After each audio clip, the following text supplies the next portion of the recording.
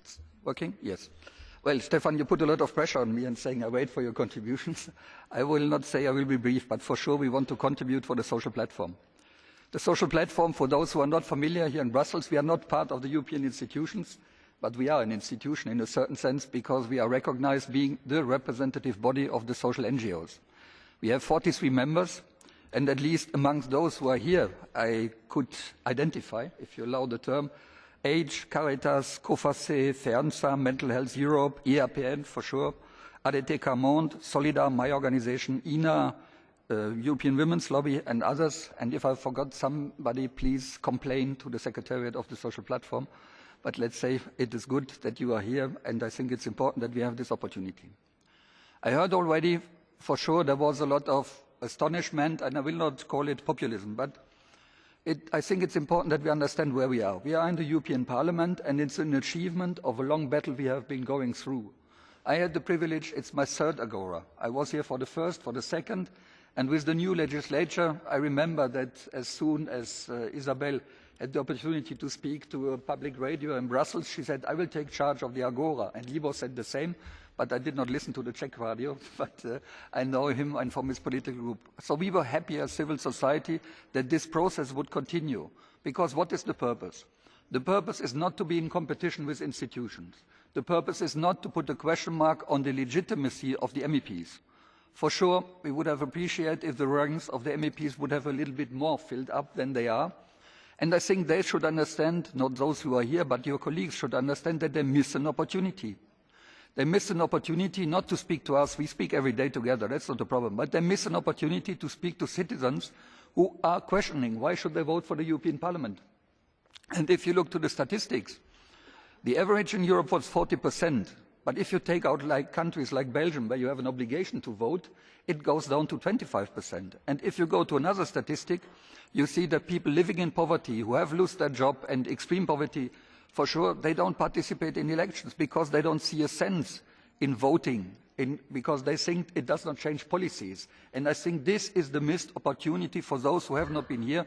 And I would like to ask Isabel and Libor and Marie-Christine and others who are here to send this message also from the Agora to the other MEPs who did not show up. I think we don't want to speak on your behalf. We won't do your job, but we want you to understand what means civil dialogue.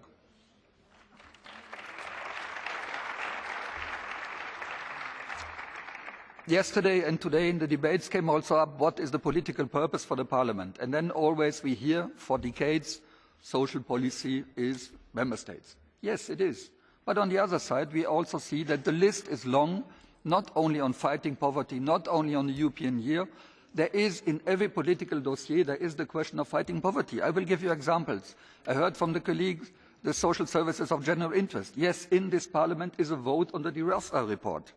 Single Market Act, yes, it will be debated here. And there is a purpose for social policies inside because it's a question, how do we deliver in the future social services of general interest? That is a question. The single permit is also on the agenda. Seasonal workers. What about the rights of third country nationals? So the list is very, very long. And I would not mention, or should not forget, the Podimati report. What has the Podimati report to do with poverty?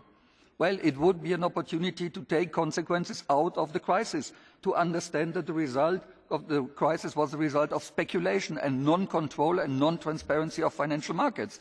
That was the reason, and therefore voting this Podimata report in a positive sense could send a sign that this House, that the parliamentarians and at least European institutions have understood. Let me say shortly three main issues for us. For us, the issues, the question of solidarity. Solidarity, not charity. My organization's name is Solidar, and there's a reason for it. Solidarity, not charity. Because it is a rights-based approach, and it is a question of redistribution of responsibility, and it is the question how to organize, that is the welfare system, how to organize solidarity within member states on the European level and globally, and I think this is the purpose. The next one, the question of equality. It has been said, yes, we know that inequality is increasing within the European member states, and it's not decreasing. The rich become much more richer, and the poor become more poorer, and those who are in the middle, they also pushed more to the side of the poor than to the side of the rich. This is a social reality in member states, and what it is due to. There is a phenomenon which we have in European member states, which is working poor. People cannot live from their jobs. For sure, those who need social transfer, they're even in a worse situation. But we have this problem that people earn less and less, and there is also a question mark on social dialogue. Because a lot of corporations, they outsource the activity, so trade unions can even not address to the employers. That is the social reality of Europe in 2011. So, last but not least, the question, how can we achieve the targets? How can we really step ahead on fighting poverty? We have on the positive side Article 9 of the Lisbon Treaty. We have social commitments. We have the platform on poverty. We have Europe 2020. It's not brilliant, we will say, as social NGOs, but at least progress has been made. And when it comes to the institutional side of our work, for sure there is a necessity to refer to it. Secondly, we are lobby and advocacy organization, yes, but we are also social service providers. And Sian Jones is here in the room. Once she criticized me when I said social NGOs are not only social service providers. No, not only, but also. So we underline also, Sian, I think here we can agree. And we need this possibility not of helping in a charity way people to get out of poverty, but to show that there are possibilities. And look outside of Europe. Look to Brazil. Transfer policies, social policies helped in Brazil to get 30 million people out of poverty. And we're speaking in the rich part of Europe to lift out of poverty 20 million. In so far, let us discuss what means ambition. Let me give 5 short proposals how we could advance on this agenda. The number one, we have to continue to reinforce the social dimension of Europe 2020. It has to do with the strategy. It has to do with always with the fight between the market forces and the social forces in the Commission and around the European institutions. We must be, second point, we need concrete actions. We need concrete actions, concrete policies and measurable policies. And I think social NGOs, as well also as people experiencing poverty, they can judge because they experience what is the efficiency of this. There is a need of getting financial support, number 3. And this means that we consider that the European Social Fund is not only there to help member states to hide that they are not putting enough in professional and vocational training and they prefer to use the money from the European Union. So the European Structural Funds and the Social Fund in particular, I think this is a structural support for concrete measures, concrete policies to get out of poverty. We must tackle the different phases of poverty, and I think it was good. It seems sometimes a little bit difficult in such a meeting like here, but it was good to hear on poverty of families who have a lot of children, of people who are living in extreme poverty, of people who are living in rural areas, in cities and so on. And we must keep in mind there is not one phase of poverty, there are multiple phases.